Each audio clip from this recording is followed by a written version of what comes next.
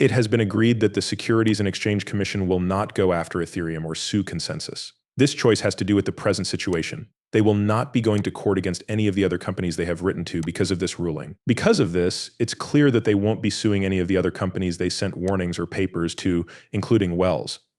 It was recently said that the Securities and Exchange Commission would keep looking into the matter.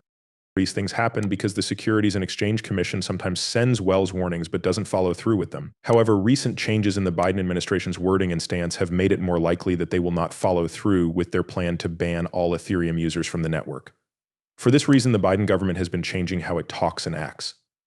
Because of these events, news stories like this one from Crypto Basics say that the Securities and Exchange Commission has put off its study into Ethereum for an unknown amount of time. People aren't sure what will happen with Ripple now that the Securities and Exchange Commission has decided to stop its probe into Ethereum. There is a chance that Ripple could also get away with going through the probe. Ethereum was looked into without any business background or direction. To begin, the video was made as a hobby by a crypto fanatic who likes to pass the time by making YouTube videos about crypto-related topics. There was a notice from the Securities and Exchange Commission saying that the probe into Ethereum 2.0 is getting closer and closer to being over. This page tells you everything you need to know about XRP. Please give it a big thumbs up. Before we start, click the subscribe button, turn on notifications, and become a member of our group.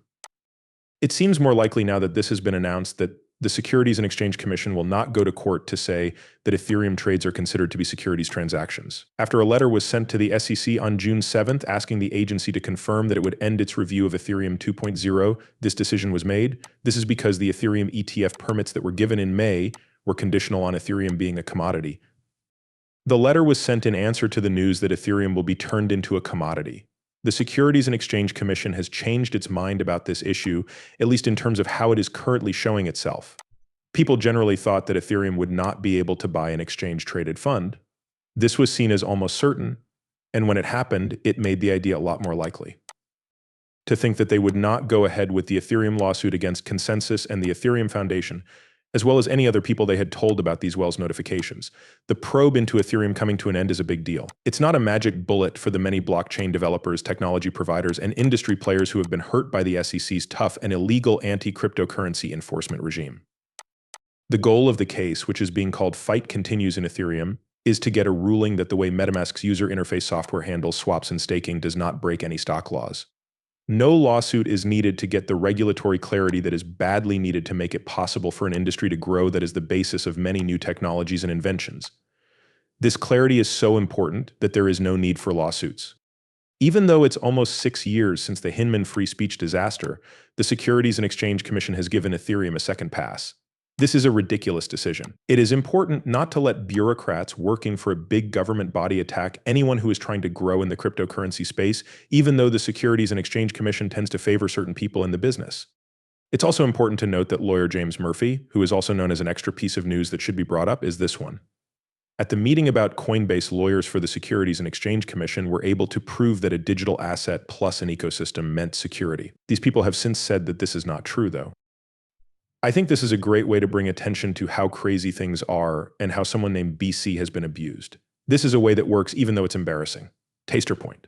In a letter to Meta lawmen, he asked if the SEC's decision in the XRP case backs up the conclusion that was reached in the summer of last year. He also asked what effect the decision would have on your ecosystem of digital assets in the future. Attorney Murphy was open and honest in his response. In the text, there is a discussion of the possibility that Ripple's situation could get better if the SEC files an appeal. The author says that if the Securities and Exchange Commission decides to go after Ripple, they have made their case harder by making Ripple look like dishonest lawyers. This is because the SEC, as he says, made Ripple look like it is not telling the truth. It's not clear if the Securities and Exchange Commission will just say, nice Ripple because of this. There's no need for any more of this because Judge Torres has already made a decision. I think it's too late for that to happen now. Based on what we can see, Ripple will have a good time if there is an appeal. Stuart Alderode, who is the chief legal officer for Ripple, wrote something not long ago in which he said that Consensus had won a big win. This is up to the Securities and Exchange Commission. They might or might not think that buying and selling Ethereum by agreement is not a security transaction or that ETH is not a security itself, but people are still worried about this. If you want to know if there are still problems that need to be solved, read this. One of these questions is whether or not Consensus's buying and sales of Ethereum are not the same thing as trading securities. Neil Hartner, a software engineer working on Ripple transfers and an employee of Ripple, says that the creation of an exchange-traded fund, or ETF, is coming soon.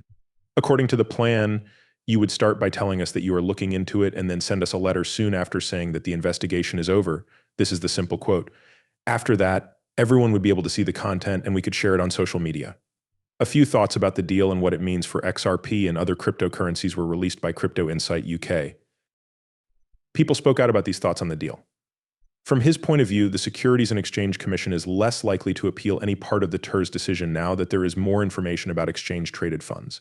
This is because the SEC and Ripple do not agree with the verdict, your hand.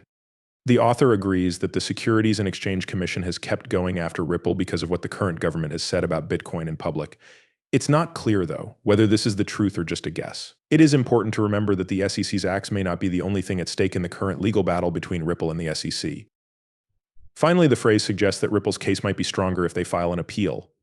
But it's important to keep things in perspective. The video is over. Thank them for commenting and liking the movie. It makes YouTube work better. Tell a lot of people about this movie to spread the word.